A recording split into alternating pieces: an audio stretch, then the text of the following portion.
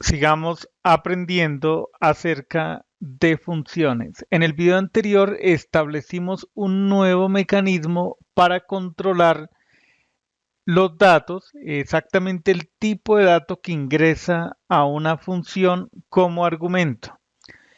Establecimos este mecanismo de validación de los datos de entrada. Si al menos uno de esos dos argumentos, número uno, número 2, no son ni de tipo int o float, entonces retornamos none. Esa es una forma de controlar lo que ingresa, entra a una función. Vamos a establecer otro mecanismo que consiste en generar excepciones. Una excepción básicamente es un evento que se ha producido debido a un error en los datos en un proceso. Las excepciones se pueden controlar. Podemos establecer, digamos, un comportamiento cuando un error se haya producido en el código. Entonces, hagamos lo siguiente. Definamos, volvamos a redefinir esta función, copiemos esto al portapapeles, ok, y pegamos aquí. De acuerdo. A ver, entonces vamos a reescribir esta parte e indicamos aquí if not type, preguntamos por el tipo de dato, por ejemplo, de número 1. Preguntamos si es entero or not type número 1, la misma variable is float. Cualquiera de los dos tipos es permitido, pero si no es al menos uno de esos dos tipos, entonces aquí es donde decimos rise, indiquemos type error, el tipo de error que se va a producir y especificamos un mensaje. El primer argumento debe ser un número, entero o real. Ahí queda más especificado. Listo. Esta parte es para la validación de número 1. Entonces, hacemos lo mismo, copiamos y pegamos. Ahora necesitamos adaptar. Aquí sería número 2. Número 2. El segundo argumento debe ser un número. De acuerdo. Entonces, otro aspecto que necesitamos modificar es la documentación.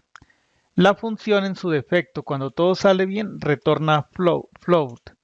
Sin embargo, puede generar excepciones. Aquí utilizamos rises. Rises indica que va a lanzar un error. Eventualmente puede lanzar un error. Indicamos el tipo de error, type error. Al menos uno de los dos argumentos no es un número. Ahí estamos especificando la causa, entero o real. Ok, entonces ejecutamos, preguntemos por la documentación de esa función sumar. Ejecutamos esa celda y esta es la información de documentación que obtenemos para la función sumar, que tiene dos parámetros. Aquí está el resumen de la función, los parámetros, lo que retorna y específicamente para lo que estamos viendo, el tipo de error que eventualmente puede generar de tipo type error. Ok. Eh, Ahora usemos esa función. La función opera bien, por ejemplo, si sumamos, por ejemplo, 2 y 3. A ver qué pasó aquí. El primer argumento debe ser número entero o real. Veamos a ver qué es lo que está pasando. Creo que aquí tenemos un error. Is not int. A ver. Creo que está mal. Ahí está. A ver. Is not int. Is not float. Ok. Y lo mismo hacemos acá. Is not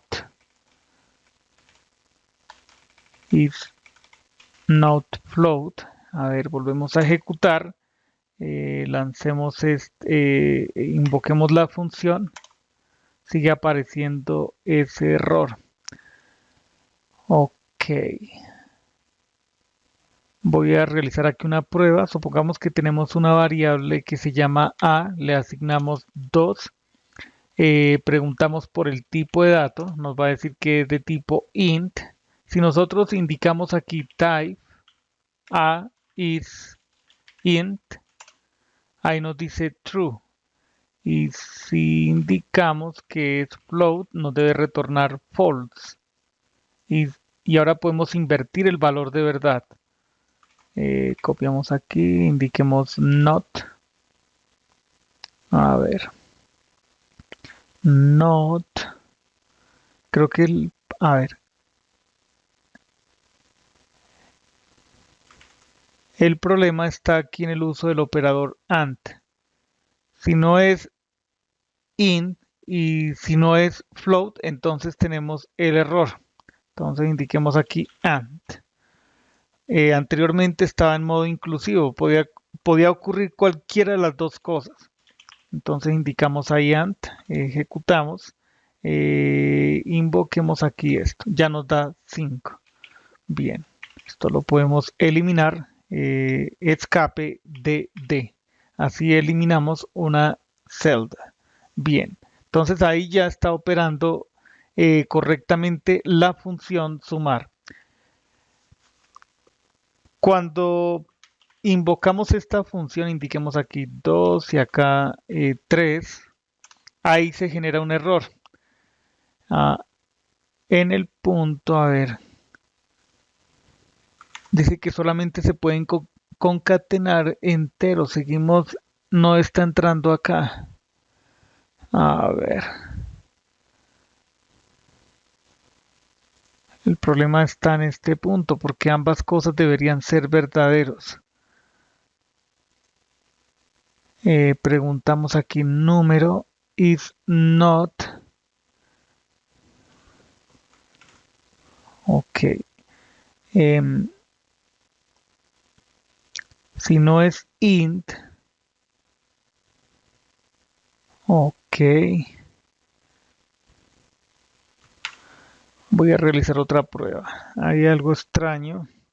Indiquemos acá, por ejemplo, preguntemos por el tipo de dato de una constante, digamos 2.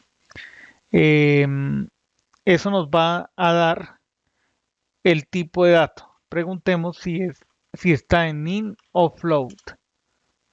Nos dice true.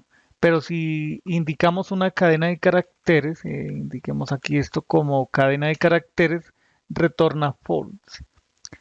Ok, y esto también retorna true si aquí indicamos un número real, por ejemplo 2.7. Ok, a ver. Entonces podemos cambiar esto para abreviarlo, inclusive queda mejor. Podemos indicar aquí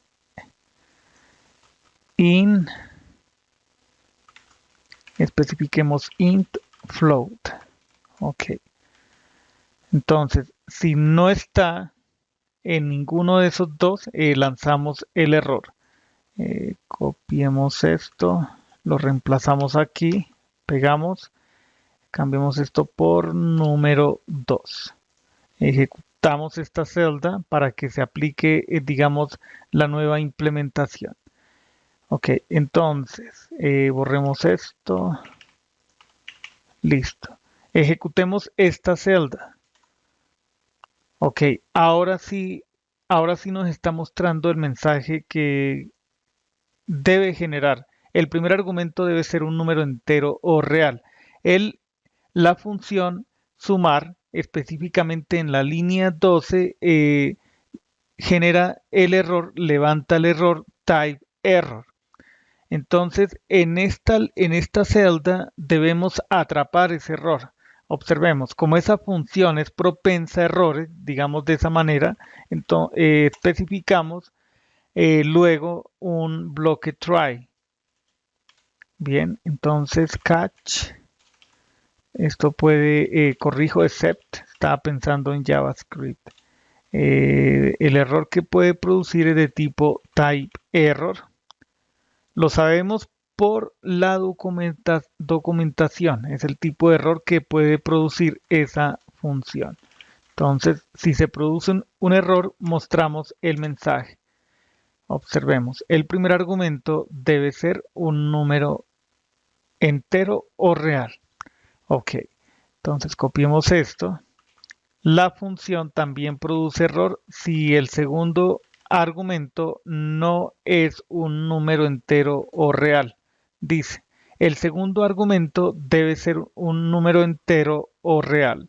Muy bien, entonces hemos aprendido a establecer otro mecanismo de controlar los datos, de validar los datos que entran a una función utilizando el mecanismo de excepciones. Estamos garantizando que esta operación, que esta instrucción se ejecute de forma correcta, con datos limpios, con datos válidos.